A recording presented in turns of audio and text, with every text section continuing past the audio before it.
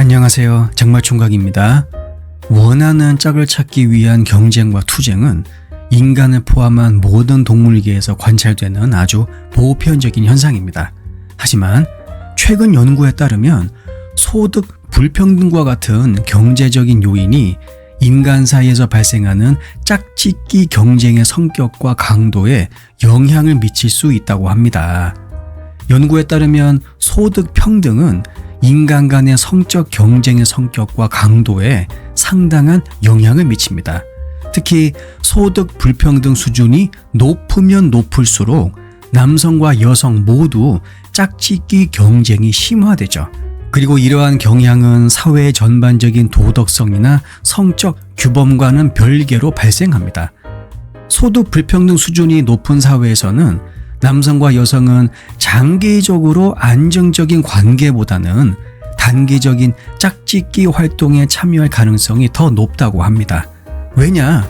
소득 불평등이 높은 사회에서는 좋은 파트너에 대한 접근뿐만이 아니라 자원 경쟁도 아주 치열하기 때문에 가능하면 많은 짝짓기 기회를 확보하는 노력을 하게 되고, 그러면서 더 공격적이고 경쟁적인 전략을 채택할 가능성이 있기 때문이라는 것이죠.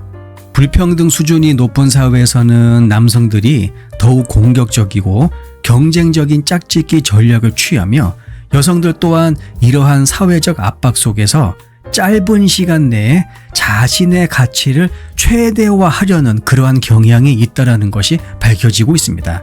이는 현대 한국 사회에서 불륜, 성적 자유 등의 논쟁이 끊이지 않는 이유 중 하나로 설명될 수가 있는 것이죠.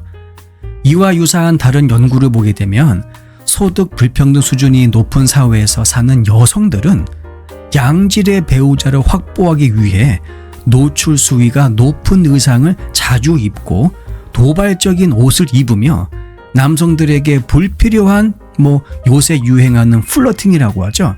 이 플러팅을 시전할 가능성이 더 높을 뿐만이 아니라 다른 여성에 대해서 엄담하는, 뒷담화하는 것과 같은 행동을 할 가능성이 더 높다는 것이 발견되었습니다.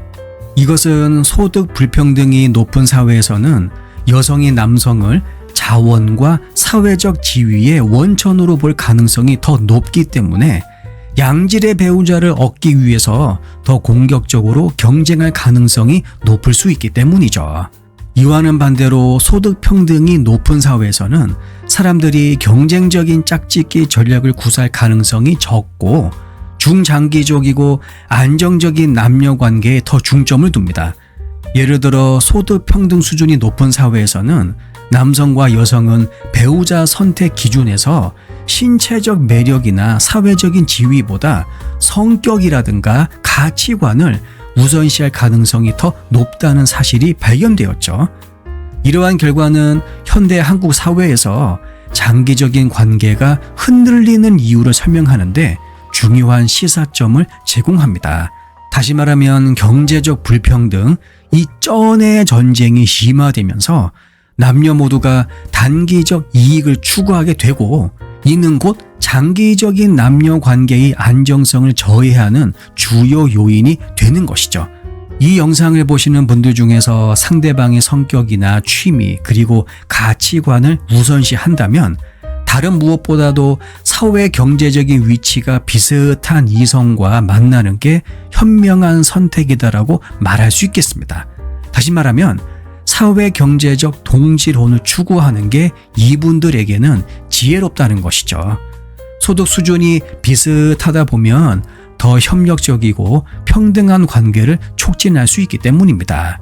서울대 사회학과의 최근 연구에 따르면 젊은 세대는 연애와 결혼을 더 이상 단순한 그 감정의 문제로 보지 않는다라고 합니다. 오히려 경제적인 안정성, 사회적인 지위 등의 요소가 연애와 결혼에 있어 중요한 고려사항이 되고 있죠. 단순하게 상대방이 좋아서 만나는 그러한 로맨틱한 남녀 관계의 빈도수가 점차 줄어간다고 볼 수 있는 대목입니다. 그리고 우리가 주목해야 할 중요한 점 중에 하나는 자신의 사회 경제적인 지위가 낮다고 인식하는 사람들이 배우자를 찾는 과정에서 더 강한 경쟁 의식을 느끼는 경향이 있다는 것입니다. 이들은 비록 객관적으로는 반드시 낮은 지위에 있진 않아요. 하지만 자신을 계속 남하고 비교하면서 자존감과 사회적 위치에 대해서 부정적인 감정을 갖게 됩니다. 이는 한국 사회에서 특히 두드러지게 나타나는 현상이죠. 사회적인 성공이나 지위가 개인의 가치와 직결된다는 인식이 강하기 때문입니다. 대한민국 사회에서는 학력, 직업, 경제적인 능력이 결혼 시장에서 중요한 요소로 작용하죠. 이는 남녀 모두에게 상당한 압박으로 작용합니다. 예를 들면 남성의 경우에는 높은 소득과 안정된 직장이 이상적인 배우자로서의 조건으로 여겨지고, 여성의 경우에는 외모와 학력 그리고 가정 환경이 중요한 기준이 되죠. 이러한 기준들은 사회적으로 부과된 규범에 의해서 강화됩니다. 그리고 우리는 이 기준에 부합하기 위해서 끊임없이 자신을 남과 비교하게 됩니다. 특히 자신이 이러한 사회적인 기준에 부합하지 않는다고 느낄 때 자존감이 낮아집니다. 그리고 자신을 점점 더 열등하게 여기게 되죠. 이런 경우에는 내가 원하는 배우자를 얻기 위해서 더욱 강하게 경쟁하는 욕구가 생기게 된다고 합니다. 이것은 자신이 느끼는 결핍을 채우고 사회적으로 성공한 인생을 살고 있다는 인식을 얻기 위한 방법으로 여겨진다고 하네요. 문제는 이러한 비교가 자존감뿐만이 아니라 우리의 전반적인 정신 건강에 부정적인 영향을 미칠 수 있다는 점입니다.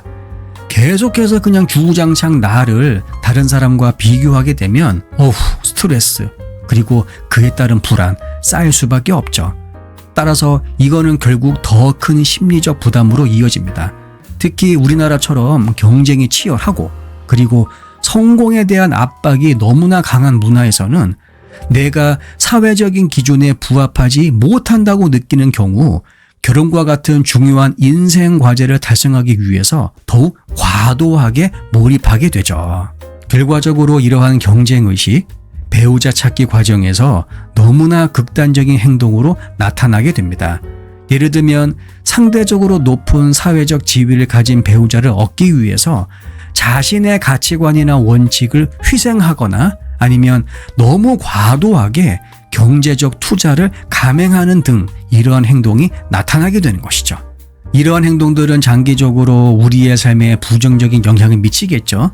따라서 결혼 후에도 불안정한 관계나 지속적인 불만족을 초래할 가능성이 높아지게 됩니다. 또한 이러한 경쟁은 자신만의 문제가 아니라 사회 전반에 걸쳐서 악순환을 일으킬 수가 있죠.